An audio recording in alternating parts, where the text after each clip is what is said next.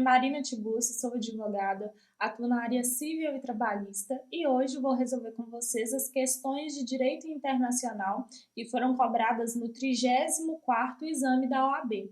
Caso vocês tenham alguma dúvida, podem entrar em contato comigo pelo Instagram ou pelo e-mail. Fiquem à vontade para enviar uma mensagem. Agora, vamos às perguntas. Questão 18.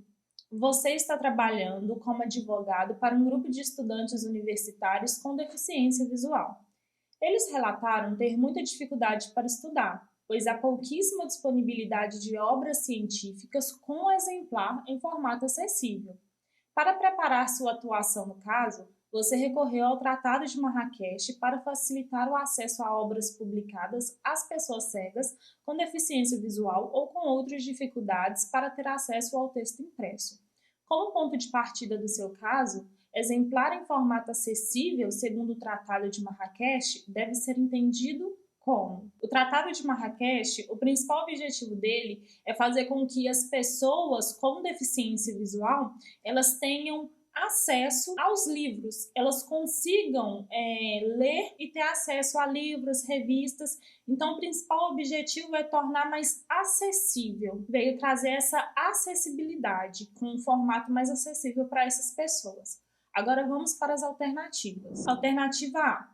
A disponibilização da obra no sistema de escrita e leitura tátil baseada em símbolos em relevo, conhecido como método Braille. Tal disponibilização deve se dar em centros governamentais ou não governamentais especializados em apoio às pessoas com deficiência visual. Alternativa B. Venda ou reprodução de obras literárias, artísticas ou científicas com preços de, no máximo, 30% do valor de mercado destinada exclusivamente às pessoas com deficiência visual. As empresas editoriais contarão com isenções tributárias para compensar o custo de produção. Alternativa C. Reprodução de uma obra de uma maneira ou forma alternativa que dê aos beneficiários acesso à obra, inclusive para permitir que a pessoa tenha acesso de maneira tão prática e cômoda como uma pessoa sem deficiência visual ou sem outras dificuldades para ter acesso ao texto impresso. Alternativa D. Exemplar disponível para as pessoas com deficiência visual em bibliotecas que tenham ledores disponíveis durante todo o seu horário de funcionamento. Vamos analisar qual que é a alternativa correta. A alternativa correta é a C. Reprodução de uma obra de uma maneira ou de forma alternativa que dê aos beneficiários acesso à obra, inclusive para permitir que a pessoa tenha acesso de maneira tão prática e cômoda como uma pessoa sem deficiência visual ou sem outras dificuldades para ter acesso ao texto impresso. Agora vamos analisar por que as demais alternativas estão incorretas. O que faz a alternativa A incorreta é que a disponibilização desse exemplar para as pessoas que têm deficiência visual, ele deve se dar em centros governamentais ou não governamentais. Na verdade, o Tratado de Marrakech, ele dispõe o contrário. O Tratado de Marrakech, ele traz a facilidade. Então, imagine só, se a gente disponibiliza só em centros governamentais ou não governamentais o acesso dos deficientes visuais a exemplares de leitura, isso tornaria inacessível. Por quê? Elas teriam que se deslocar a esses centros para conseguir ter informações. Então, isso faz com que a questão esteja incorreta. A B. O que faz essa questão estar incorreta é fazer a venda ou a reprodução dessas obras por preços de no máximo 30%. Imagine só, diminuir o preço das obras literárias vai tornar elas mais acessíveis? Por um público talvez, mas as pessoas com deficiência visual, diminuir o preço não vai tornar a obra mais acessível. O que elas precisam é que a acessibilidade esteja relacionada a fazer com que elas oportunizem com que a sua deficiência consiga ter acesso como a gente tem acesso a determinados livros, por exemplo. Então, só diminuir o preço não seria uma forma de acessibilidade, muito pelo contrário. A segunda parte dessa alternativa, ela fala com que as empresas editoriais contarão com isenção tributária para compensar o custo de produção. A isenção tributária, é claro que ela vai ajudar determinada parcela, no caso as empresas, mas isso não é uma forma de tornar acessível para os deficientes a isenção tributária. Muito pelo contrário, alterar o valor das obras não torna ela acessível a determinado grupo que tem a deficiência. Ou seja, só porque você diminui o valor, não quer dizer com que o deficiente visual ele vai conseguir ter acesso, porque o que nós precisamos é com que o acesso seja a uma forma mais fácil da pessoa conseguir entender o que está escrito, ou seja, ela conseguir compreender em razão da sua deficiência. Alternativa D. O que faz essa alternativa incorreta é dizer com que este exemplar ele tenha ledores disponível durante todo o seu horário de funcionamento. Ainda é uma realidade muito distante da nossa, em que pese tenham ledores disponíveis, seria só durante o horário de funcionamento.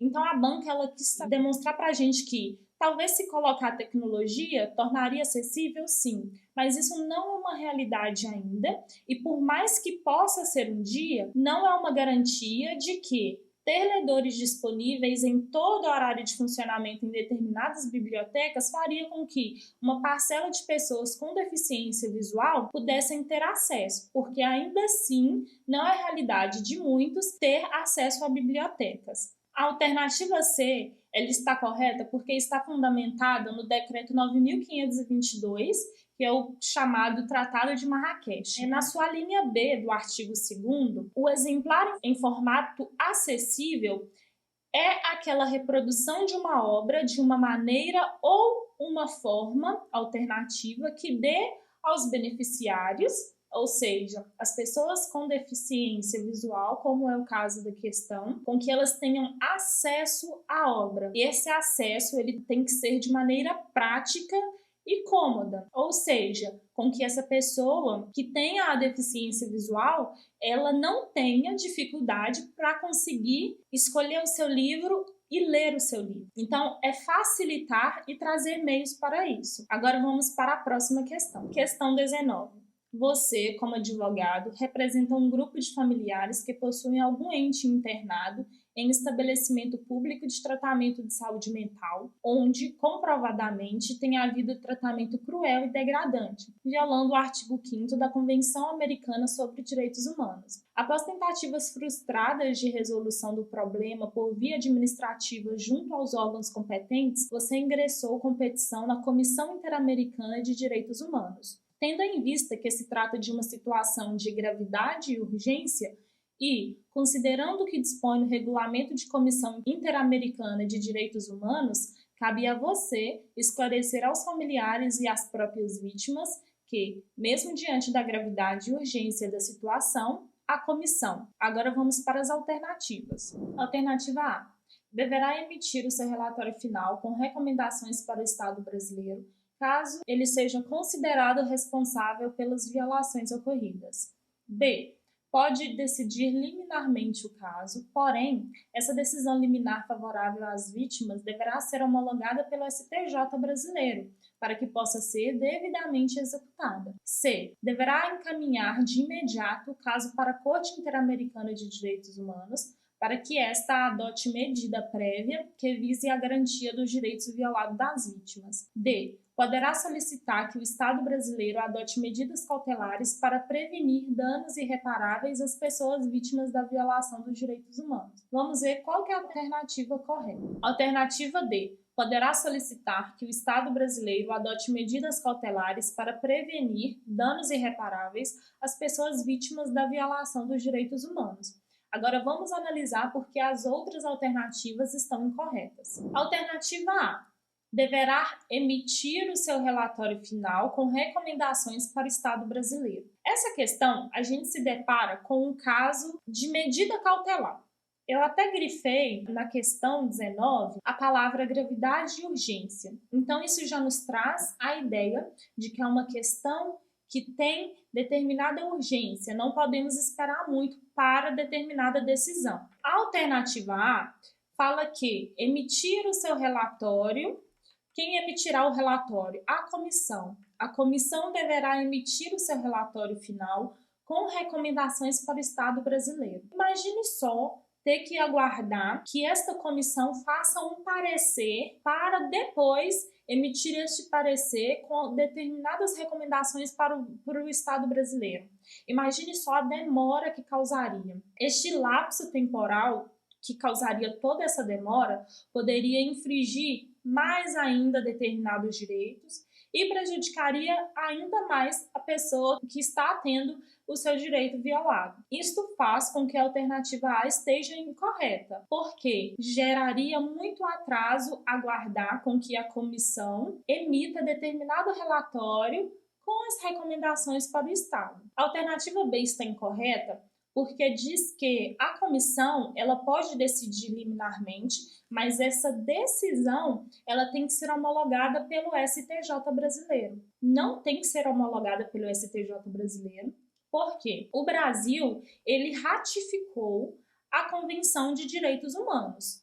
Isso quer dizer que permitiu com que a comissão ela analise esses casos de transgressões de direito. Não tem que existir uma homologação pelo STJ. Além disso, vamos supor que tenha necessidade de existir. Caso existisse, pense bem, haveria mais ainda uma demora. Então, essa questão ela está incorreta, até porque demoraria muito mais, e como é um caso de transgressão de direitos humanos, não deve haver essa demora. A alternativa C está incorreta porque não deve ser encaminhado de imediato o caso para a Corte Interamericana de Direitos Humanos. Na verdade, o caso ele é encaminhado para a comissão realiza um parecer, a Comissão de Direitos Humanos, e deste parecer, o Estado deve cumprir o que está neste parecer. Caso o Estado não venha a cumprir, aí sim o caso deverá ser encaminhado para a Corte Interamericana de Direitos Humanos. Então, não é uma ação imediata, muito pelo contrário. A alternativa D, ela está correta porque está fundamentada no artigo 25 do Regulamento da Comissão Interamericana de Direitos Humanos, que dispõe sobre as medidas cautelares. O próprio artigo, ele traz para a gente, no número 1, de que a comissão, em caso de gravidade e de urgência, ela poderá, por iniciativa própria ou a pedido da parte, solicitar que um Estado adote medidas cautelares para prevenir danos irreparáveis às pessoas ou objeto do processo relativo a uma petição ou caso pendente. É praticamente o que está na questão, é o próprio artigo. Questão 20. Klaus, nascido na Alemanha, é filho de Ângela, também alemã, e de Afonso, brasileiro, que estava no país germânico porque fora contratado por empresa privada local, como engenheiro mecânico. Klaus, com 18 anos, resolve seguir os passos do pai e vem para o Brasil cursar engenharia mecânica em conceituada Universidade Federal. Para tanto, e para concorrer às vagas comuns, deseja ter reconhecida a nacionalidade brasileira. Acerca do caso narrado e com base no que dispõe a Constituição da República, assinale a afirmativa correta. Afirmativa A. Klaus não poderá optar pela nacionalidade brasileira, pois Afonso, ainda que brasileiro, não estava na Alemanha a serviço do Brasil. B. Klaus poderá ter reconhecida a condição de brasileiro nato se fixar residência no Brasil e optar pela nacionalidade brasileira, ainda que não tenha sido registrado em repartição brasileira competente na Alemanha. C. Tendo em vista que Klaus já atingiu a maioridade, poderá requerer a nacionalidade brasileira apenas na condição de naturalizado. D. A comunicação em língua portuguesa mostra-se como condição para a obtenção da nacionalidade brasileira por Klaus. Vamos ver qual alternativa está correta. A letra B. Agora vamos analisar porque as demais afirmativas estão incorretas. A afirmativa A está incorreta porque ela fala que Klaus ele não pode optar pela nacionalidade brasileira. Lembrando que Klaus ele é filho de pai brasileiro. O artigo 12 da Constituição Federal, na linha C do inciso 1, fala que são considerados natos os que foram nascidos no estrangeiro, que é de pai brasileiro ou de mãe brasileira. Klaus é de pai brasileiro, desde que sejam registrados em repartição brasileira competente. Ou, a segunda parte, é onde se enquadra o Klaus. Venham residir na República Federativa do Brasil, que é o caso dele, e optem, em qualquer tempo, depois de atingida a maioridade, pela nacionalidade brasileira. Todos os requisitos que Klaus já cumpriu. Ele, de acordo com a questão, ele já está residindo no Brasil e já atingiu a maioridade brasileira, que é 18 anos. Então, ele pode sim ser considerado nato, diferente do que está abordado na alternativa A. A alternativa C, ela está incorreta porque ela traz que o Klaus, ele já atingiu a maioridade. Então, ele só pode requerer a nacionalidade brasileira apenas na condição de naturalizado. Na verdade, ele pode requerer a nacionalidade brasileira na condição de brasileiro nato. Como já vimos, ele preenche os requisitos da linha C do inciso 1 do artigo 12 e também, para as condições de naturalização, é o que está disposto no Decreto-Lei 389 de 1938, que é ter capacidade civil, que é ter uma residência contínua no território nacional pelo prazo de 10 anos imediatamente anteriores ao período de naturalização e reconhecimento da língua portuguesa. Klaus, como é um caso diferente, porque ele é filho de pai brasileiro, ele não precisa de preencher essas condições de naturalização. Ele se enquadra como brasileiro nato, caso ele venha requerer a sua nacionalidade. A alternativa D, ela está incorreta, porque fala que a comunicação em língua portuguesa é condição para que Klaus obtenha a nacionalidade brasileira.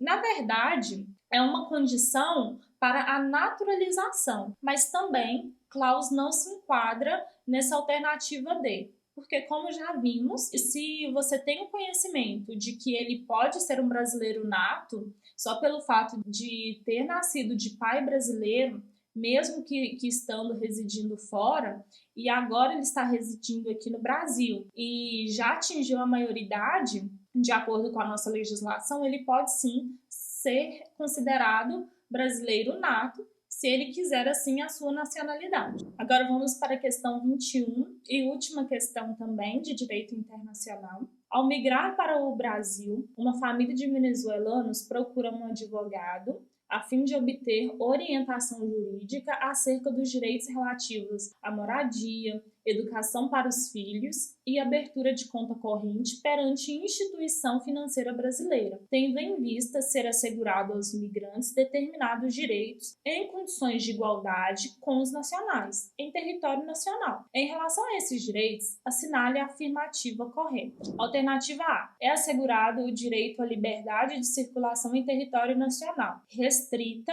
a área fronteiriça por onde ingressou. Alternativa B. É assegurado o direito à educação pública, vedada a discriminação em razão da nacionalidade e da condição migratória. Alternativa C.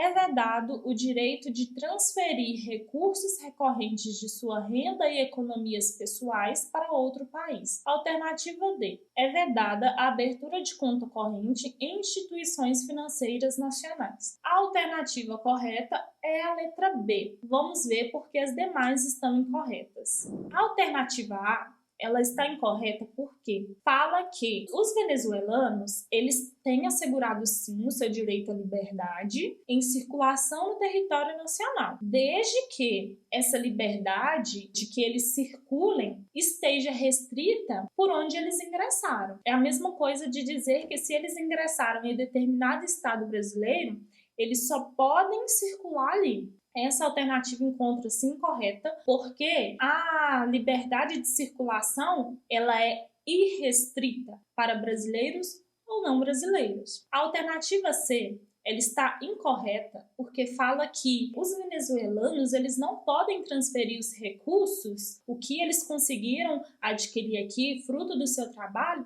dinheiro mesmo, eles não podem transferir suas economias para outro país. Então, a mesma coisa de dizer que, às vezes, um venezuelano queira transferir determinado recurso para um familiar que está lá na Venezuela. Não pode. Na verdade, está errado. Não existe essa restrição. Como o próprio artigo 3º, ele vem trazer para a gente. Esse artigo 3º, ele fala que não pode ter a discriminação, independente qual foi a forma que a pessoa ingressou no Estado brasileiro, ela não pode ser discriminada. Além disso, essa pessoa que teve acesso ao território brasileiro, ele tem acesso igual a nós que nascemos aqui no Brasil. Então, o acesso ele é igualitário, livre, ele pode ter acesso a serviços, programas, benefícios sociais, bens públicos, educação, assistência jurídica integral pública, trabalho, moradia, serviço bancário e seguridade social. E o artigo 4, ele garante que o migrante ele tenha as condições de igualdade, assim como nós, nacionais. Então, são invioláveis o seu direito à vida, à liberdade, à igualdade, à segurança, à propriedade, e também são assegurados, da mesma forma, o direito à liberdade de circulação em território nacional. Eles podem circular. E também o direito à abertura de conta, que é basicamente o que fala a alternativa D. A alternativa ela fala que é vedada a abertura de conta. Na verdade, não. A abertura de conta ela é totalmente possível, é um direito da pessoa que veio residir ao nosso país. Inclusive, nos dias atuais, é extremamente difícil viver sem uma conta bancária. E a assertativa D, ela fala que é vedada a abertura de conta corrente às pessoas que ingressaram ao nosso país para residir, ou seja, aos migrantes. Só que a lei de imigração, ela dispõe o contrário. No inciso 14 do artigo 4º, ela nos traz esse direito de abertura de conta bancária aos migrantes. Então, finalizamos assim mais uma resolução de questão e caso vocês tenham alguma dúvida, podem entrar em contato comigo pelas redes sociais ou pelo e-mail que eu deixei no início desse vídeo. Até a próxima!